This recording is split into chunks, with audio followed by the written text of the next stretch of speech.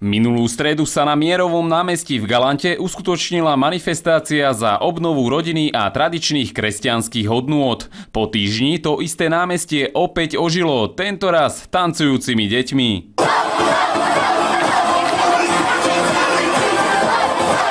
Táto akcia sa koná v rámci nášho projektu Zdravá Galanta. A je to vlastne zumba v meste pre deti od 1. do 4. ročníka základných škôl. Decká z galantských základných škôl sa nenechali zahanbiť. To, čo predviedli na námestí, by im závideli aj profesionálni tanečníci.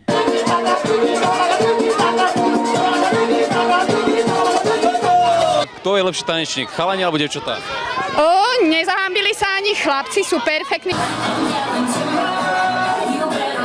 Ich netreba absolútne nič učiť, vidíte, že idú sami aj úplne na nové choreografie. Cieľom Zumba maratónu bolo vytiahnuť deti na čerstvý vzduch a priblížiť im pohyb ako zábavnú a hlavne zdraviu prospešnú aktivitu. Prečo ale Zumba?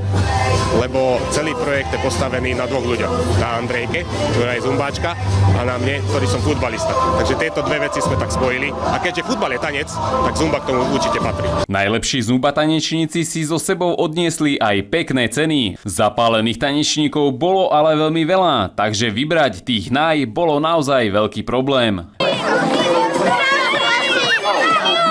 Viktor Bokor, televízia Kraja.